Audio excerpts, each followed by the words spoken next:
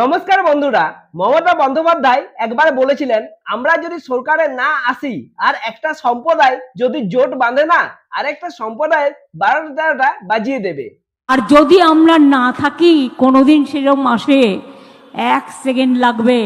একটা কমিউনিটি যখন জোট বাঁধে না, ঘিরে ফেললে 1 সেকেন্ডে দেবে একদম 12টা বাজিয়ে। হ্যাঁ, সেই দলেরই একজন নেতা হচ্ছেন হুমায়ুন কবির। যদিও তিনি এখন তার তৃণমূলে নেই, নিজের দল তৈরি করেছেন AJUP, আম জনতা উন্নয়ন পার্টি, এবং 2টো সিট থেকে জিতেও এসেছেন। কিন্তু সেই প্রোডাক্ট তো তৃণমূল কংগ্রেসেরই, তার জেহাদি মনোভাব যাবে কোথায়? সেই হুমায়ুন কবিরই একটি নতুন বক্তব্য রেখেছেন, আর ওনার ওই বক্তব্য জুড়েই রাজ্য রাজনীতি তোলপাড় হয়ে গেছে। তিনি ঠিক কি বলেছেন সেটা একবার আপনারাই শুনে নিন। বিজেপি 208টা সিট পেয়েছে, 2,93,00,000। তারা এমন লাপানো লাপাচ্ছে, কিন্তু ভরতপুরে অনামিকা ঘোষ সে ভোটে হেরেও সেখানে গিয়ে মনে করছে আমি এমএলএ। এখানে ভোটে হেরেও বিজেপি মনে করছে আমি এমএলএ।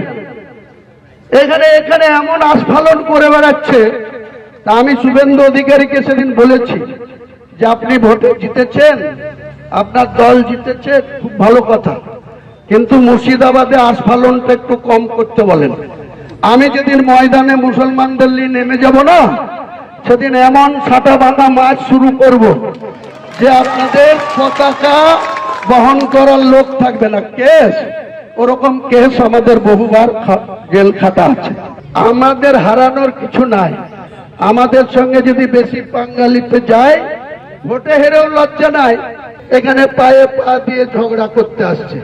আমি বলেছি আমার লিমিট যেদিন ক্রস হয়ে যায় না, আর মাথা যেদিন টাওয়ার গরম হয়ে যায়, সেদিন আমি ও এসপিও বুঝবো না, ও চিফ মিনিস্টারও বুঝবো না, আর কে কোথায় থাকলো আর কে কোথায় থাকলো না সব কিছু বুঝবো না। দেখলেন তো, এই বক্তব্যটাই দিয়েছিলেন হুমায়ুন কবির। বলছেন সেটা ভাঙা মাপ দেবে বিজেপি কর্মীদের, সাটা ভাঙা মার। ঠিক আছে, আর শুধু এই নয়, তিনি নাকি শুভেন্দু অধিকারীর সাথে কথা বলেছেন এবং শুভেন্দু অধিকারীকে বলে দিয়েছেন যে বিজেপি কর্মীরা বেশি আস্ফালন যেন না দেখায়, আর যদি ওনার টাওয়ার গরম হয়ে যায় তাহলে এসপিও বুঝবে না, চিফ মিনিস্টারও বুঝবে না। এইরকম বক্তব্য রেখেছেন এই হুমায়ুন কবির, এবং উস্কানিমূলক বক্তব্য, পুরো উস্কানিমূলক বক্তব্য, সেটা তো আপনারা বুঝতেই পারছেন। এর আগেও ইনি একবার বলেছিলেন যে ভাগীরথীতে হিন্দুদের ভাসিয়ে দেবে। তারপর তিনি কেমন হারলেন সেটা সবাই জানে, তার পুরো দল হেরে গেল এবং তিনি নিজের দল থেকে বেরিয়ে নিজের দল তৈরি করলেন। সেখানেও কিন্তু আরেকটা মনে রাখা দরকার যে 8টা সিট কিন্তু বিজেপি পেয়েছে, আর 2টো সিটে এখানে জিতেছে এই হুমায়ুন কবির। তো আসল যেটা কারণ সেটা এবার আমি আপনাদের বলবো। তিনি এই যে এরকম গরম গরম বক্তব্য কি জন্য রাখছেন সেটা কি আপনারা জানেন? তার আসল কারণ হচ্ছে উনি চাইছেন ওনার ছেলে যেন এখান থেকে ভোটে জিতে যায়। দেখুন, এই হুমায়ুন কবির 2টো জায়গাতে জিতেছিল, রেজিনগর এবং নওডা। নওডা তিনি নিজের হাতে রেখেছেন এবং এই রেজিনগর তিনি ছেড়ে দিয়েছেন। সেই রেজিনগরে ভোটে তার ছেলেকে জেতানোর জন্য তিনি এরকম গরম গরম বক্তব্য রাখছেন।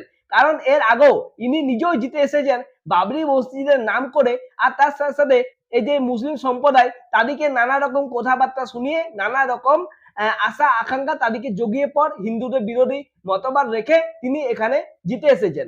সেই হুমায়ুন কবির এবার দেখছেন যে তার জেতা কিন্তু খুব বেশি মুশকিল হতে চলেছে, কারণ এই জায়গাতে বিজেপি কিন্তু খুব ভালো ফল করেছিল, 8টা সিট পেয়েছে। তো এবারে এমন না হয়ে যায় যে তার হাত থেকে রেজিনগরটা চলে যায়, সেই জন্য তিনি ভোটের আগে এরকম একটু গরম গরম মন্তব্য রাখছেন।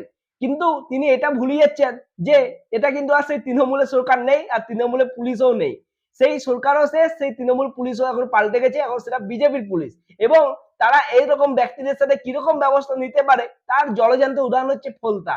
ফলতাতে জাহাঙ্গীরও কিন্তু একজন বহতই বড় নেতা ছিল, তারও অনেক বড় বড় বক্তব্য ছিল, কিন্তু সেই জাহাঙ্গীর এখন কিরকম অবস্থায় আছে সেটা সবাই জানে। সেই অবস্থা না হুমায়ুন কবির হয়, সেটাই হচ্ছে এখন চিন্তার বিষয়।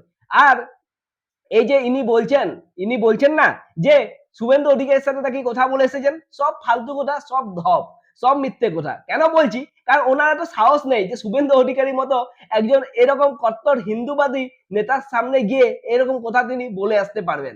আর আপনাদের কি মনে আছে, শুভেন্দু অধিকারী একবার কিন্তু বলেছিলেন যে আমার চেয়ে খারাপ চিফ মিনিস্টার আর কেউ হবে না, এইরকম মানুষদেরকে বলেছেন।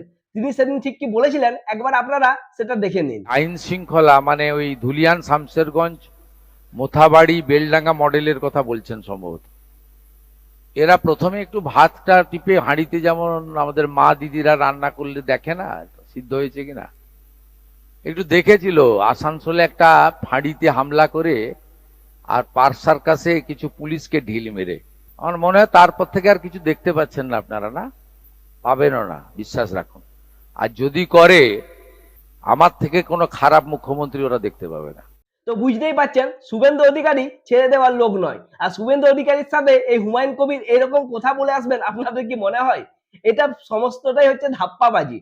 সেই তাদের মুসলিম লোকেদেরকে ধাপ্পাবাজি দিয়ে আবারও জেতার চেষ্টা। তার কারণ হচ্ছে এবারে এই মুসলিম ভোটটা তিনি পাবেন তার একটা কিন্তু মানে নিশ্চয়তা নেই। তার কারণ হচ্ছে আইএসএফ। আইএসএফ এখানে কিন্তু প্রার্থী দিতে পারে। আর আইএসএফ যদি প্রার্থী দেয়, এখানে এই হুমায়ুন কবিরের জিতে আসাটা কিন্তু খুব মুশকিল হয়ে যাবে। সেই জন্য তিনি চাইছেন যে একটু নরম নরম গরম গরম বক্তৃতা দিয়ে যদি ভোটটা নিজের দিকে করতে পারা যায়। কিন্তু যদি এনারা সত্যি রাস্তায় নেমে যান এবং এরকম যেটা বলছেন সেটা করে দেখানোর সাহস দেখাতে পারেন, তাহলে এদের সাথে কি হবে সেটা কিন্তু আপনারাও জানেন আর আমরাও জানি। কারণ শুভেন্দু অধিকারী এদের কাউকে কিন্তু ছেড়ে কথা বলবেন না। আর তার সাথে সাথে আরেকটা বিষয়ও আপনাদেরকে জানিয়ে রাখি, এই যে হুমায়ুন কবির এত বড় বড় ডায়লগ দিচ্ছেন, ইনি কিন্তু শুভেন্দু অধিকারীর কাছে গিয়ে একবারে চুপসে যান। তার সমস্ত ডায়লগ সমস্ত কথা সব কিন্তু বন্ধ হয়ে যায়। আর এই হুমায়ুন কবিরকে কুণাল ঘোষ কি বলেছেন সেটাও একবার আপনারা শুনে নিন। হুমায়ুন কবিরকে অনুরোধ করব, আপনি বিরোধী দলের একজন বিধায়ক, আপনি এমন কিছু বলবেন না যেটা আইন ভাঙে বা আইন বহির্ভূত হয়। যেখানে বিরোধিতা করা সেখানে আমরা সবাই মিলে করব। এমন কিছু করা উচিত না বা এমন কিছু বলা উচিত না যেটা শেষ পর্যন্ত তার কোনো একটা জটিলতা তৈরি করতে পারে। হুমায়ুন বাবু নিশ্চয়ই সেটা অনুভব করবেন। দেখলেন তো, কুণাল ঘোষ পর্যন্ত হুমায়ুন কবিরকে সাবধান করে দিচ্ছেন। তার থেকে বুঝতে পারছেন যে শুভেন্দু অধিকারী তিনি যদি একবার রেগে যান তাহলে সেটা ভাঙা মাঠটা কোন দিকে পড়বে। হুমায়ুন কবির সেটা ভাঙা মাঠ সামলাতে পারবেন তো? আর আপনারা এটা যেন খুশি হবেন, এই যে নিয়ে বক্তব্য রেখেছেন, এর জন্য বিজেপি থেকে এখনই ওনার বিরুদ্ধে অভিযোগ দায়ের করা হয়ে গেছে। মানে ভাবুন, পুলিশ যদি চায় ওনাকে কিন্তু তুলতে পারে। এটাই হচ্ছে ভবিষ্যৎ। আর একটা কথা এবার আপনারা জানিয়ে রাখি, এই যে এই সমস্ত ব্যাপার যেগুলো ঘটছে, এই যে দুই একজন এরকম বড় বড় বক্তব্য রাখছেন না, তারা যে রাস্তায় নামে তাদের সম্পত্তি পর্যন্ত এবারে বাজেয়াপ্ত হবে। কারণ শুভেন্দু অধিকারী এই সোমবারে একটি নতুন বিল আনতে চলেছে, একটি নয় টোটাল 3টি নতুন বিল আনতে চলেছে। সেই বিলে এরকম প্রাবধান থাকবে যে যদি কেউ সরকারি সম্পত্তি নষ্ট করে তার সম্পত্তি বাজেয়াপ্ত করে সেই টাকা মেটানো হবে, সেই টাকা তোলা হবে। তাই বুঝতেই পারছেন যে কেউ রাস্তায় নামার আগে 10 বার অবশ্যই ভাববে। আরেকটা কথা আপনারা জানিয়ে রাখি, শুভেন্দু অধিকারী নতুন আরো যে বিলগুলো আনছেন তার মধ্যে একটা হচ্ছে ইউসিসি। এবারে ইউসিসি লাগু হতে চলেছে পশ্চিমবঙ্গে। এর আগে আপনারা জানেন 3টে রাজ্যে এটা লাগু ছিল, কিন্তু এবারে এটা পশ্চিমবঙ্গের মতো একটা বড় রাজ্যে লাগু হতে চলেছে। আর শুধু তাই নয়, এই যে লাভ জেহাদ, ল্যান্ড জেহাদ আর জোর করে ধর্ম পরিবর্তন, এই সমস্ত কিছুর বিরুদ্ধে কঠোর স্টেপ নিতে চলেছেন মুখ্যমন্ত্রী শুভেন্দু অধিকারী। তিনি আর কি কি বলেছেন সেটাও একবার আপনারা শুনে নিন, তাহলে জানতে পারবেন ঠিক কি তিনি বলেছেন। পশ্চিমবঙ্গেও আগামী দিনে আপনাদের সরকার ইউনিফর্ম সিভিল কোড ইউসিসি আনবে। ভরসা রাখবেন, একটু সময় দেবেন।